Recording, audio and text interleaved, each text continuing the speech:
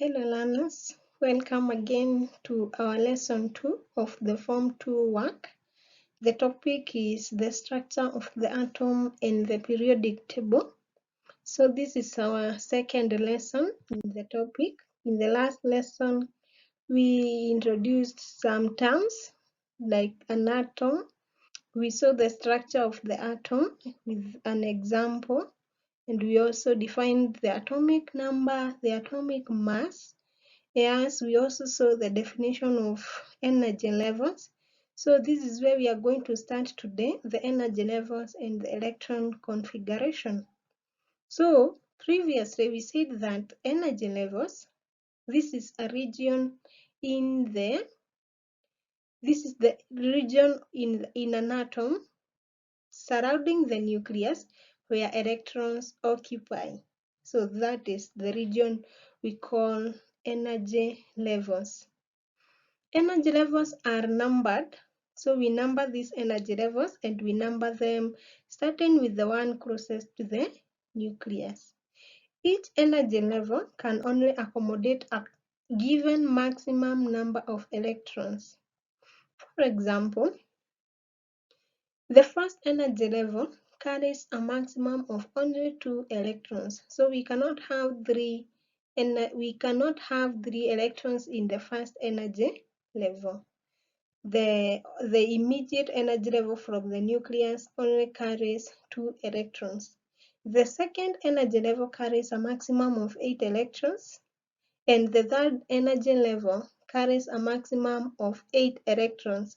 This only applies to elements in the first 20 elements, but now for the third energy level, if the element does not belong to the first 20 elements, the third energy level occupies or carries a maximum of 18 electrons. We can see from this drawing here, this is where we have our nucleus, that small central region there, that is the nucleus. Then the energy level that is immediate is the first energy level from the nucleus, is the first energy level. You can see that it carries 2 electrons. The other energy level that is next to the first energy level is called the second energy level. It carries a maximum of 8 electrons. The other energy level that follows is the third energy level. It also carries a maximum of 8 electrons. So this is according to the first 20 elements of the periodic table that we are going to be looking at.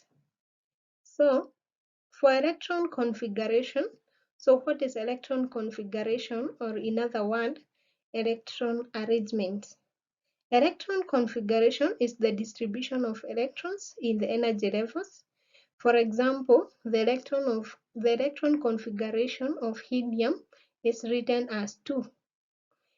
The electron configuration of lithium is 2:1, meaning that it has 3 electrons. So the first energy level carries a maximum of 2. The second one carries 1. The remaining electron, that is 1.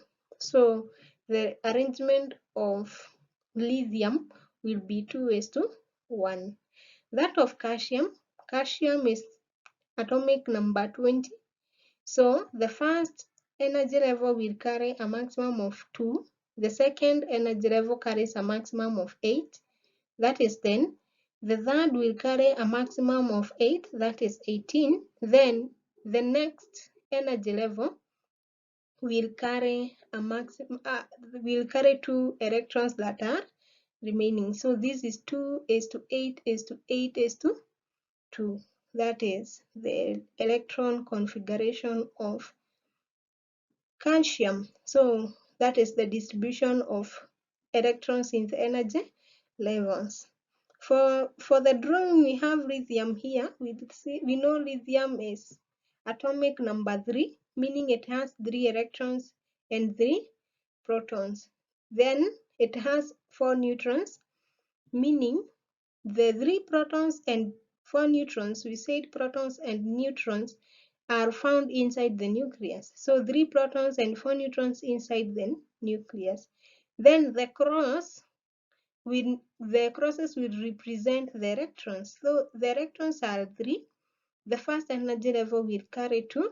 Then the remaining 1 electron will move to the second energy level. So we can use the cross or the dots to represent the electrons. So this is how we draw the structure of lithium. That of magnesium, you can see it here.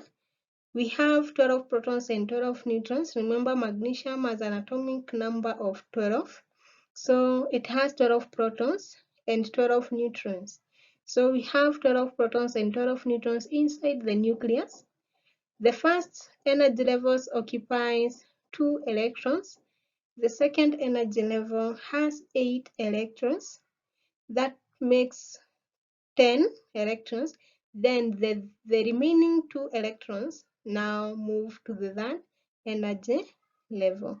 So we are going to have an electron configuration of 2s to 8s to 2, and that is the electron arrangement of magnesium. Elements with the same number of occupied energy levels belong to the same period. So, for example, magnesium has has has three energy levels, so it belongs to period 2. So elements with the same number of energy levels belong to the same period.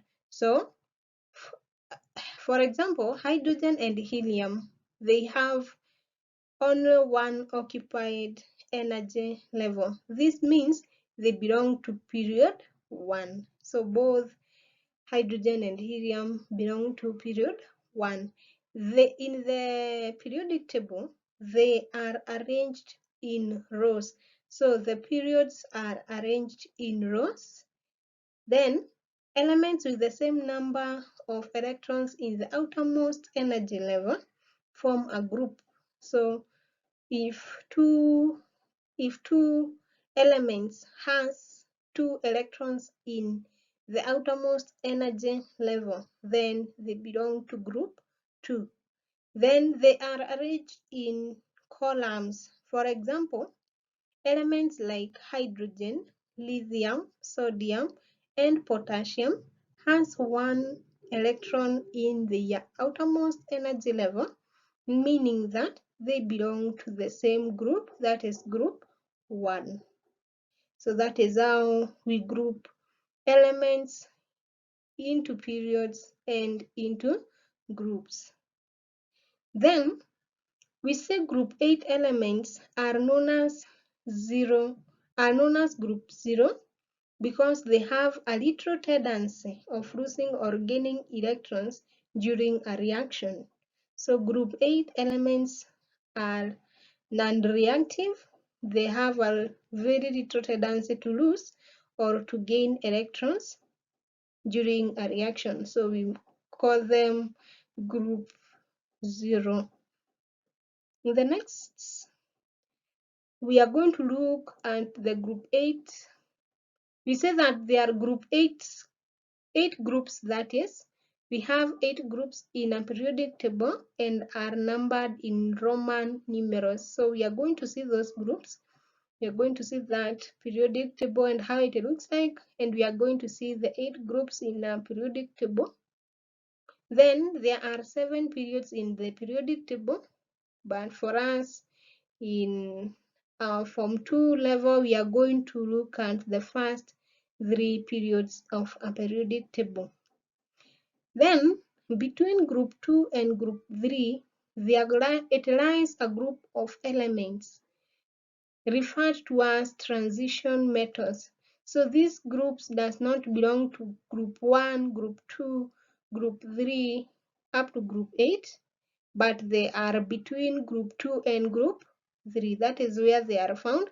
They are known as transition metals. So the reason that they are not grouped according to the 8 groups of the periodic table is because they have unique characteristics. For example, We have elements like iron and copper.